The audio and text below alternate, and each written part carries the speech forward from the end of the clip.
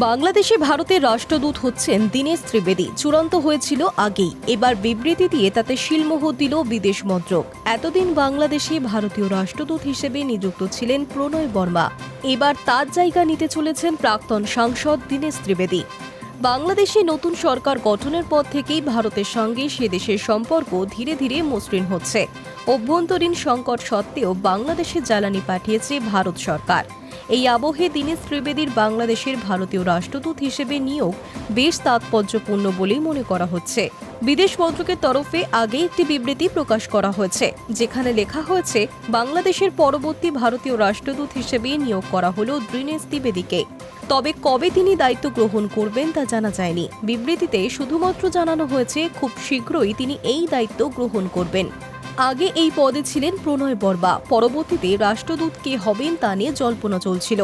দীনেশ ত্রিবেদী ছাড়াও নাম উঠে এসেছিল বিহারের প্রাক্তন গভর্নর আরিফ মোহাম্মদ খানের। তবে দিন কয়েক আগেই সূত্র মারফত জানা যায় রাষ্ট্রদূত হিসেবে দীনেশ ত্রিবেদীর নামই চূড়ান্ত করা হয়েছে। দীর্ঘ রাজনৈতিক অভিজ্ঞতা দীনেশ ত্রিবেদীর, বিভিন্ন রাজনৈতিক দলের সঙ্গেও যুক্ত হয়েছেন। কংগ্রেসের থেকে তার রাজনৈতিক কেরিয়ার শুরু, পরে জনতা দলে যোগ দেন তিনি। বাংলার সঙ্গে তার একটা বিশেষ যোগ রয়েছে, তাও রাজনৈতিক সূত্রেই। মমতা বন্দ্যোপাধ্যায় তৃণমূল গঠনের পরই তিনি এই দলে যোগ দেন। প্রথমে দলের সাধারণ সম্পাদক, পরে রাজ্যসভার সাংসদ, তারপরে সাংসদ এবং মন্ত্রী হয়েছিলেন দীনেশ ত্রিবেদী।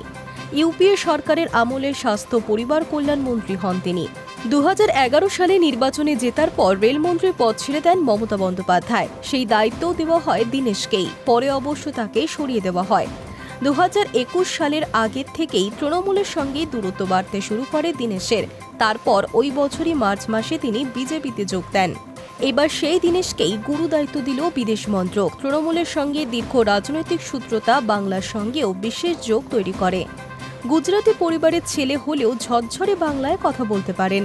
বাংলা ভাষা ও বঙ্গ সংস্কৃতি সম্পর্কেও ওয়াকিবহল তিনি। সেই রকমই এক রাজনীতিবিদকে বাংলাদেশে ভারতীয় রাষ্ট্রদূত করা বেশ উল্লেখযোগ্য বলছে রাজনৈতিক মহল।